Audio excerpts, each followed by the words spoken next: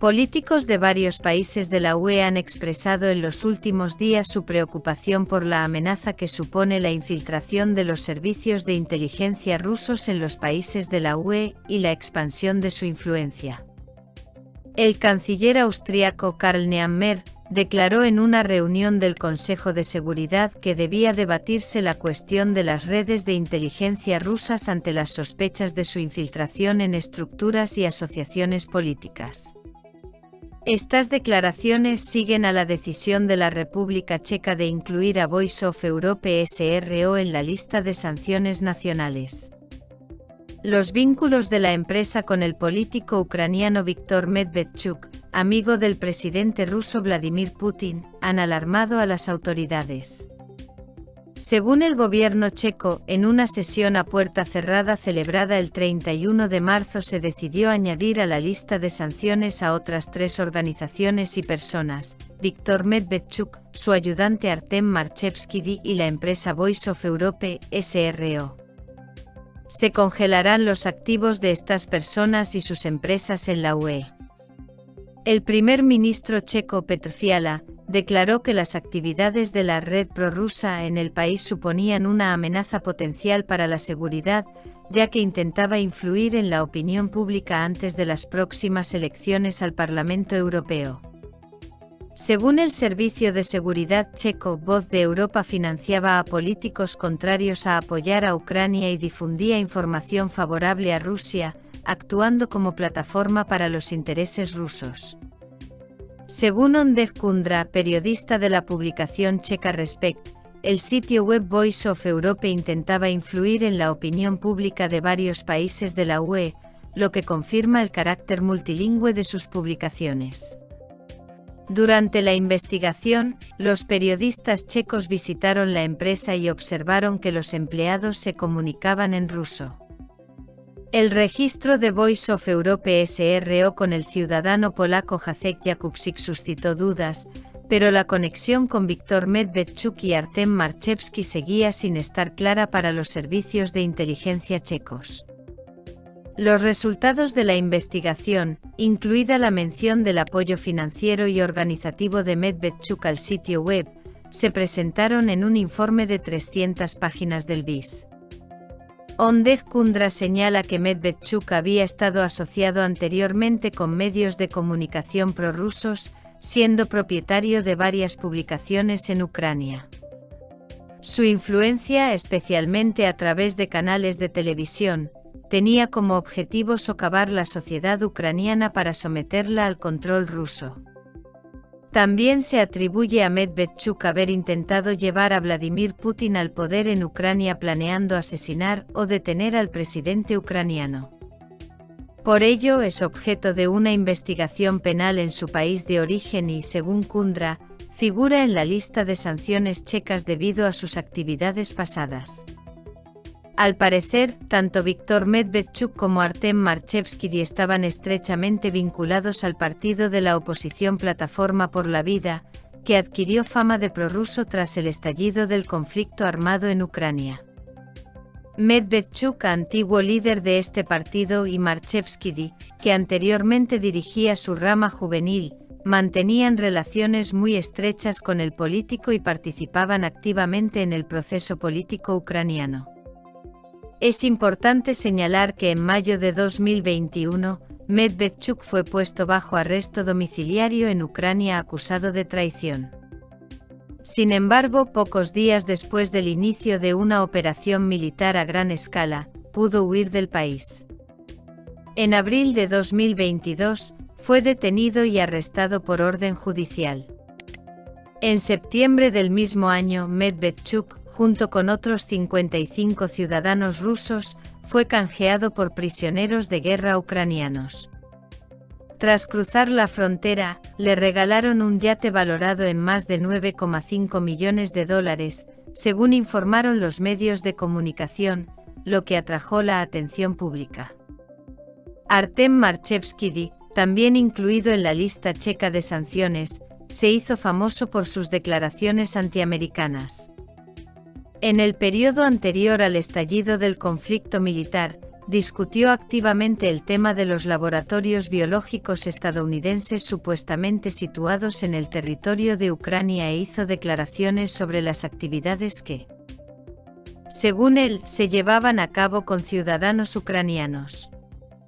Sus declaraciones públicas se citaban siempre en los medios de comunicación rusos. También expresó su apoyo a la vacuna rusa Sputnik V y pidió a las autoridades ucranianas que negociaran con los representantes de los territorios separatistas de Donbass. El portal La Voz de Europa, que publicaba principalmente entrevistas con políticos de derechas de la Unión Europea, también atrajo la atención del público. Entre estos políticos estaban Maximilian Krach y Piotr Bistrony, cuyas opiniones sobre los regímenes autoritarios, incluidos el bielorruso y el ruso, eran ampliamente conocidas. Ambos se reunieron con Viktor Medvedchuk en Kiev en 2021, cuando este aún se encontraba bajo arresto domiciliario. Poco después de hacerse público un informe de los servicios de seguridad checos sobre las actividades del portal de Internet La Voz de Europa, un antiguo empleado de la Agencia Federal Austriaca para la Protección de la Constitución y la Lucha Antiterrorista, EGISTOT, fue detenido como sospechoso de espionaje. La Fiscalía de Viena no reveló detalles, pero afirma que sus acciones causaron daños al país. Lo que sí se sabe es que Ott es sospechoso de transmitir datos de los teléfonos de 3 altos funcionarios del Ministerio del Interior austriaco después de que los dispositivos se perdieran durante un viaje fluvial por el Danubio. Ya había sido detenido anteriormente por cargos similares y fue puesto en libertad, pero volvió a estar bajo sospecha. El caso salió a la luz después de que la inteligencia británica detuviera a 6 ciudadanos búlgaros vinculados al antiguo director de Wirecard, una empresa que cooperaba con la inteligencia rusa y ayudaba a realizar pagos para ella. Algunos medios checos especulan con que Voice of Europe también estaba vinculada a los mercados financieros y se utilizaba para financiar actividades favorables al Kremlin en la Unión Europea, incluidas transferencias en criptodivisas. Tras la detención de Ott, el canciller austriaco Karl Nehammer expresó su preocupación por la infiltración de servicios de inteligencia rusos en el país. Hay acusaciones graves. Por un lado, deben ser evaluadas por la justicia. Por otro, debe evaluarse y aclararse la situación de la seguridad en la República. No podemos permitir que redes de espionaje rusas pongan en peligro nuestro país infiltrándose y explotando partidos y asociaciones políticas, subrayó Nehammer. Anton Shekhovtsov, director del think tank Centro para la Integridad Democrática, con sede en Viena, considera que las declaraciones de Nehammer forman parte de un debate político interno de cara a las elecciones parlamentarias austriacas. Cuantos más votos pueda arrebatar el Partido Popular Austriaco, de centroderecha, al Partido Liberal Austriaco, de extrema derecha, mejor para el primero y peor para el segundo. El APS destacó anteriormente por su postura prorrusa, pero tras el escándalo de la coalición APS y ANP, quiere mantener su liderazgo político en el país. Varios aspectos clave de la relación entre Austria y Rusia han salido a la luz. En primer lugar, a nivel de la Unión Europea, Austria se ha ganado la reputación de eslabón débil en las relaciones con Moscú. En el contexto del consenso paneuropeo sobre la agresión rusa y la necesidad de apoyar a Ucrania, Austria ha pasado a ser vista como un país que no apoya activamente esta decisión. La postura de Viena incluye la ayuda humanitaria a Kiev, pero el país se atribuye la reputación de aguafiestas, aplicando una postura neutral. Un segundo aspecto que puede haber influido en la declaración de Nehammer puede ser el deseo de Austria de demostrar resistencia a la influencia hostil y el espionaje rusos dentro de la UE. Otro aspecto es enviar una señal a la Federación Rusa sobre un posible aumento de la vigilancia de sus actividades.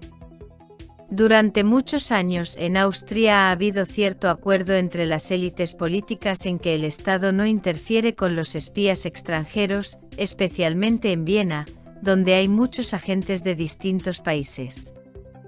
Sin embargo, la declaración de Nehammer puede señalar la necesidad de limitar dicha actividad. También cabe señalar que la detención de Egisto Ott, acusado de espiar para Rusia, salió a la luz gracias al periodismo de investigación y a los servicios de inteligencia. Esto podría formar parte de una amplia campaña para combatir tales actividades y enviar una señal para endurecer las medidas para frenarlas. Tras la publicación del informe del Servicio de Seguridad checo, el Servicio de Inteligencia polaco ABW llevó a cabo una operación para incautar una importante cantidad de dinero, menos 48.500 euros y $36.000, a desconocidos. La República Checa afirmó que estas medidas eran el resultado del trabajo conjunto de varios servicios europeos, entre ellos el Servicio de Seguridad de Ucrania.